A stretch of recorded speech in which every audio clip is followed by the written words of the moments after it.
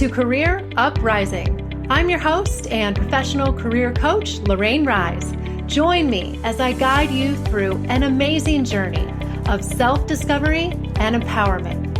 If you are looking for work, changing careers, or stuck in a toxic job, then this is the show for you.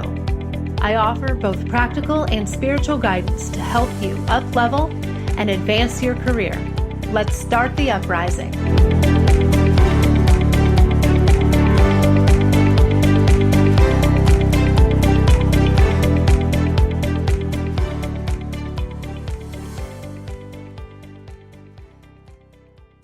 Hey everybody, you are listening to episode 53, How to Solve Any Problem. Hey there everybody, my listeners, it's Lorraine. How are you guys doing? Today is a new day. It really is, literally, and for me, it's true.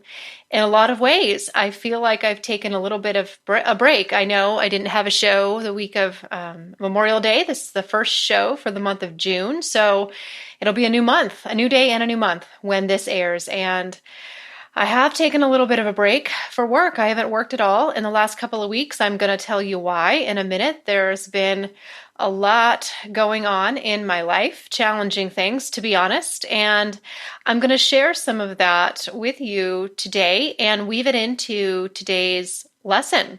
So today's episode is going to be a little bit different. It's going to be a little bit more personal, a little less scripted, maybe, so to speak. I'm going to be telling you more about my story as of very recently over the last couple of months and sharing with you how you too can solve any problem.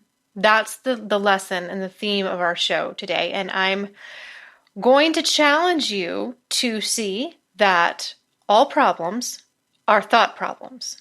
And by that, I mean that there are no actual problems in the world, but there are facts and there are circumstances, and then there are our thoughts and feelings about those facts and circumstances. And this is, I'm talking to you about this today and kind of weaving that theme into the story I'm going to share because it's really a connection and it's something that's been prominent in my life and with what's been going on with me for the last couple of months, about the last 3 months. And I want to share it with you. I think it's valuable.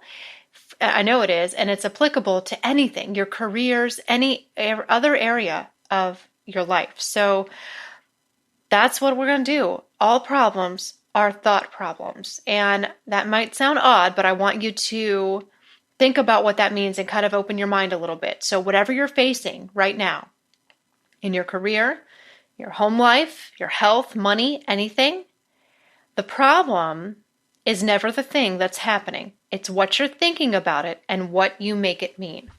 This is something that I'm learning more and more and more myself. And so what I want to do is tell you a little story, a true story. Here's a not so little problem that I had just recently that took me away from my work for a little while. So 3 months ago in late February, something seemed off in my body.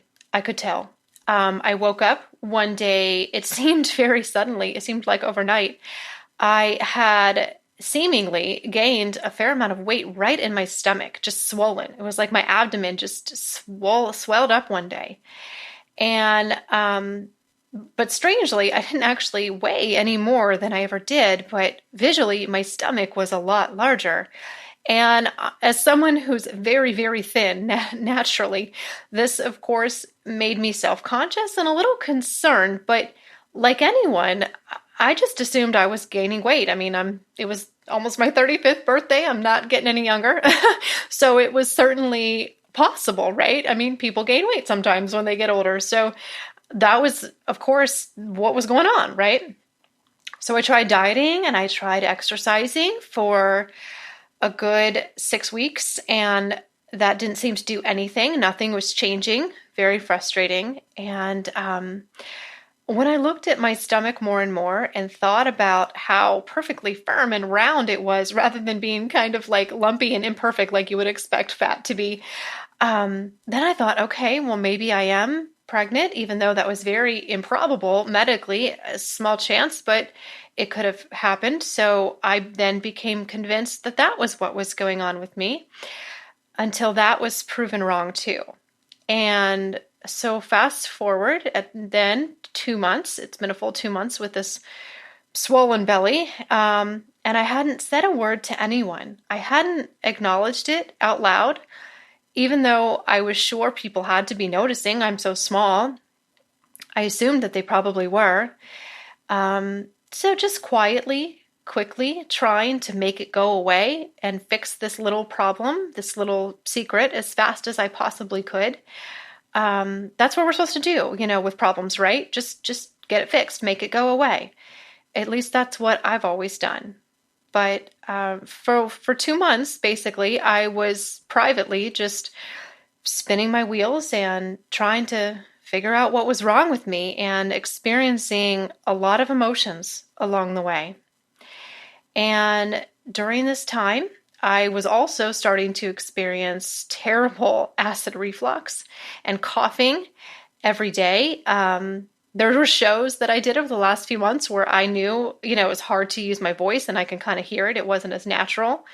So it was affecting my digestion and just a lot of other things. And I was growing really perplexed and worried and frustrated. And why isn't this coming off? And so I finally had a moment of intuition.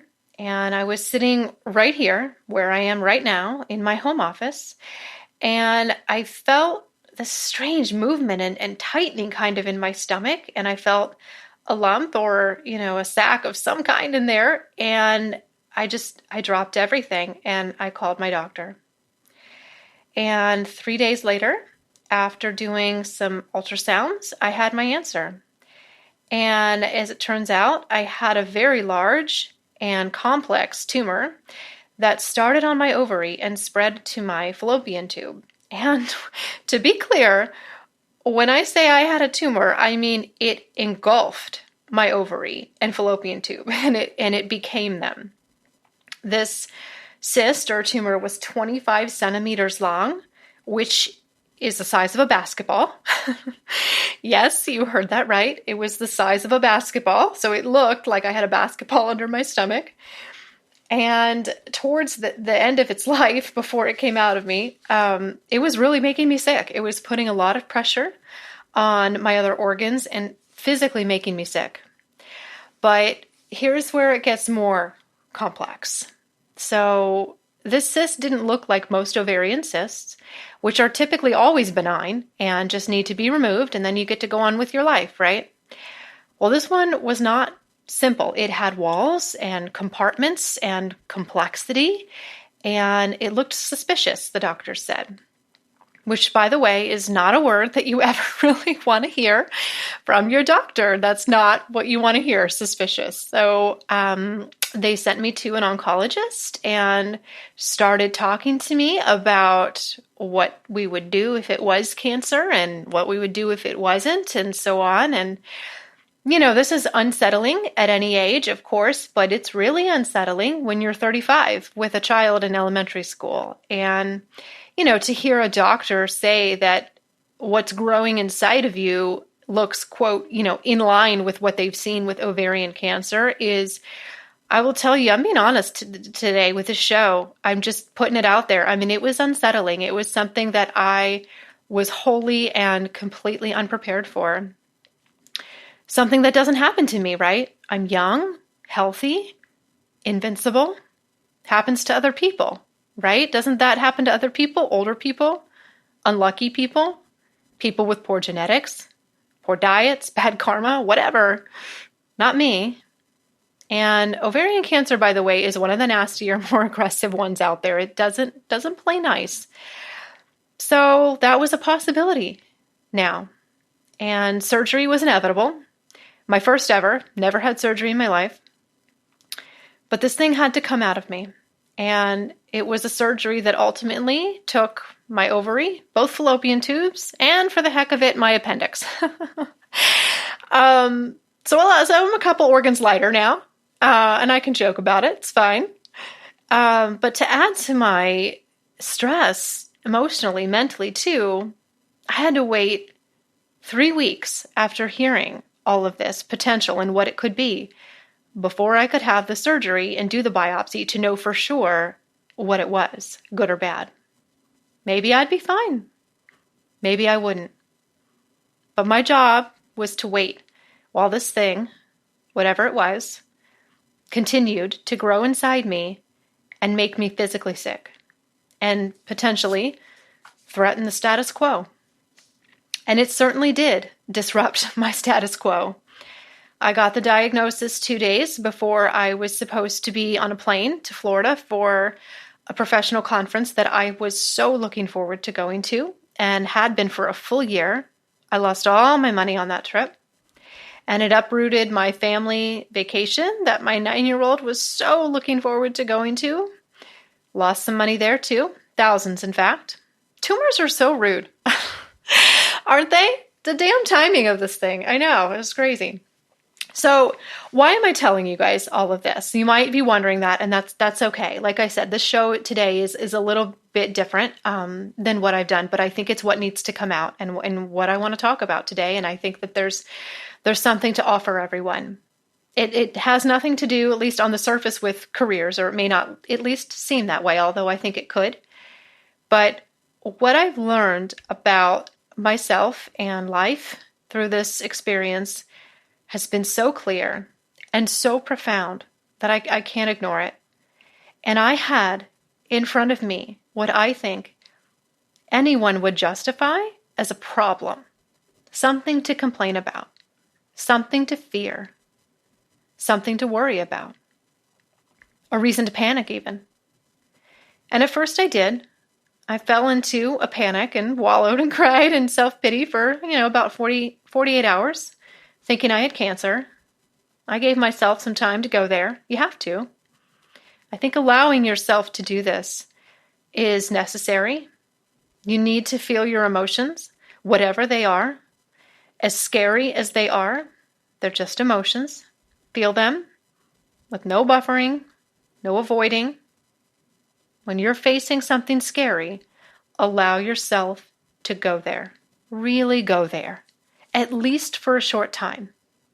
Don't live there. Just visit. Because once you get down low, then you can come up. And you always come up. First the pain, then the uprising. When you can fully feel and accept your pain, it's inevitable that your head will float back up above the waterline and your pain will transform into your power. It will. It has nowhere to go but up. That's an uprising. Whether in your career or in this case health, it's all the same. It's all your life. It's all you. It's all one life together. And this is the first step to solving any problem. Fully accepting and feeling your emotions in the moment. Let them see the light of day. They're just emotions. Natural, normal, nothing to be afraid of. They're just a reminder that you're human, doing exactly what you're supposed to be doing right now. Living, breathing, having experiences, and feeling emotions. You're on the right track. Congratulations. This is one thing I learned. And I have to say, I'm pretty proud of myself for how I handled this uncertainty. Going 3 weeks after getting the diagnosis, still feeling sick, throwing up, having this swollen belly, not sleeping at night, with an impending surgery, and the looming possibility of cancer. How's that for a little problem, right? But I'm sharing this not to gather sympathy, I don't need it, but to be an example of what is possible. Given all of those challenges, I didn't abandon what I knew spiritually. All of the things that I teach you guys on this show, the lessons that I coach my clients on, everything I knew, everything I ever said or wrote about, said on the show, coached my clients on, all that positivity and staying strong and blah, blah, blah, right? It was all put to the test. This is where the rubber meets the road. This is where you find out what you're made of and whether or not you believe the things that you say and whether or not you live them. And this is an experience that I would wish for anyone. It is a blessing and a miracle to be in a situation where you truly live day to day on faith, putting what you believe in to the test when it's hard, not when it's easy, when it's hard, because that's when you need it.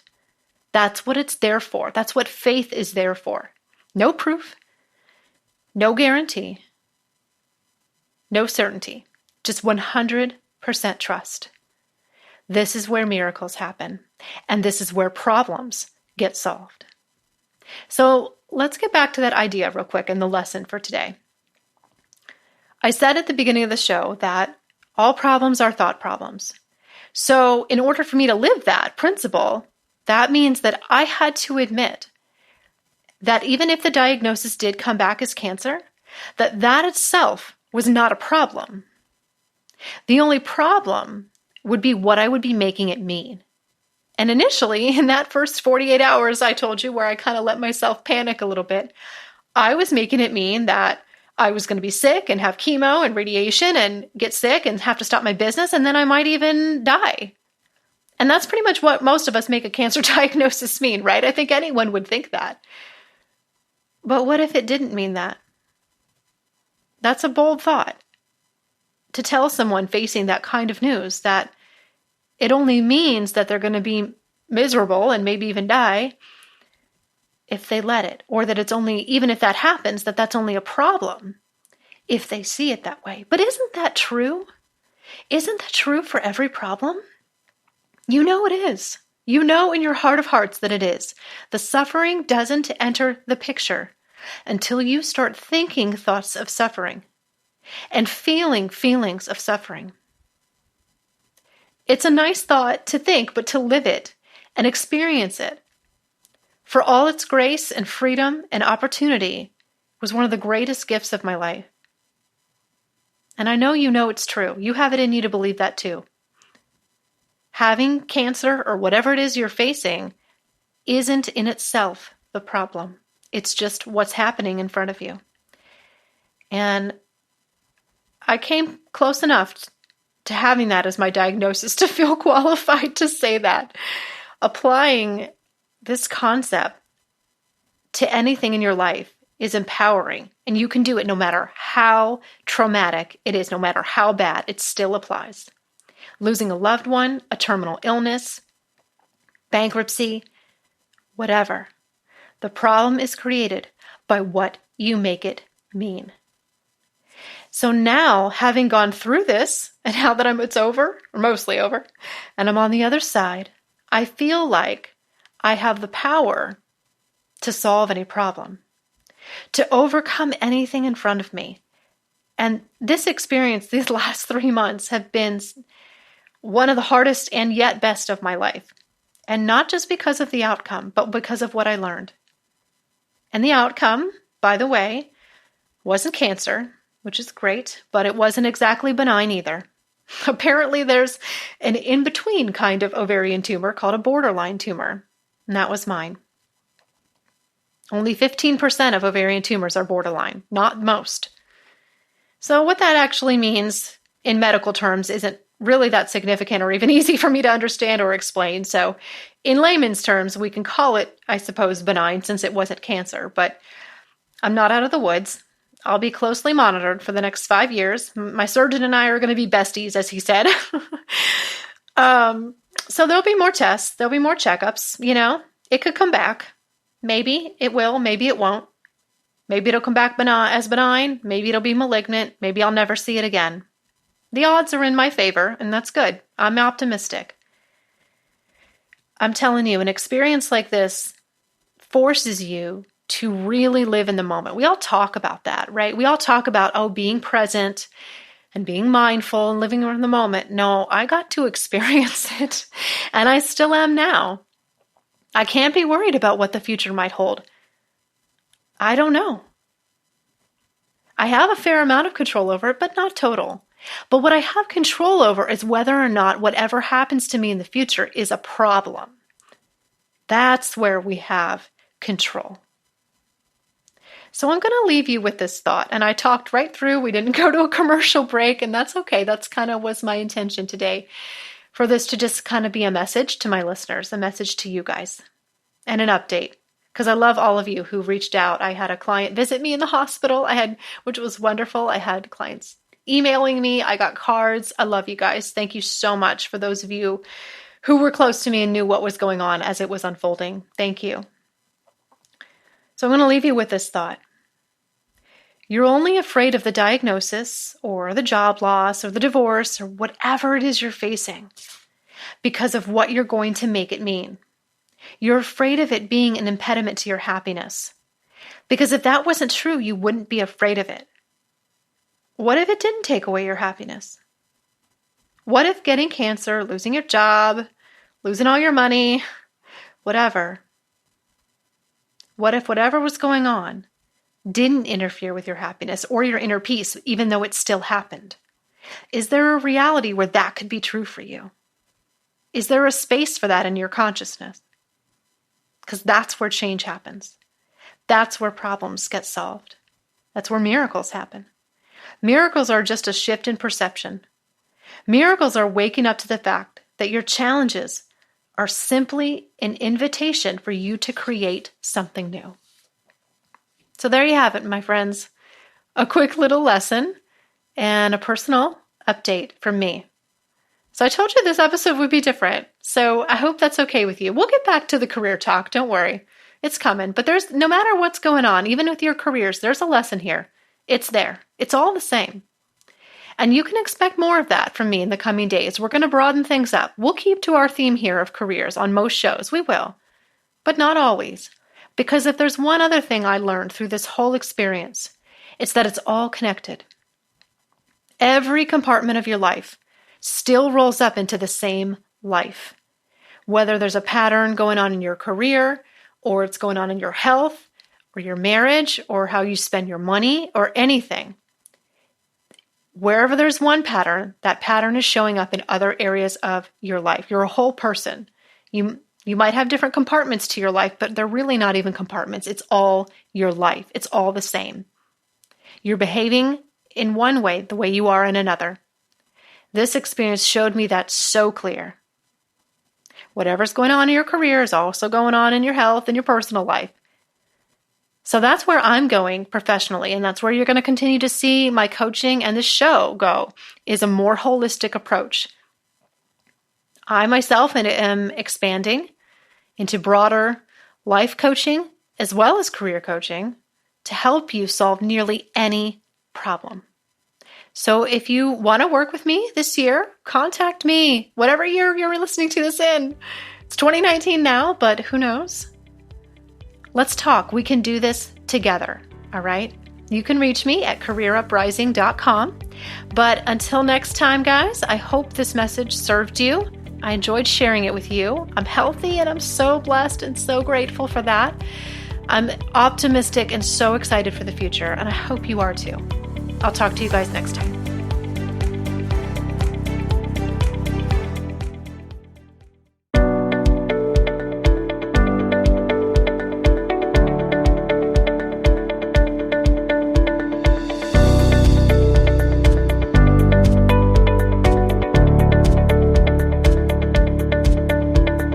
That's it for today's show. Thank you so much for listening.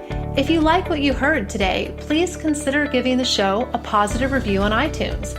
It would mean a lot to me, and it would help to spread the word so that others can learn about the show. Thanks again for tuning in, and I can't wait to connect with you again next time on Career Uprising. This show is brought to you by InflowRadio.com, the best curated talk radio network for personal development, wellness, spirituality, and conscious business.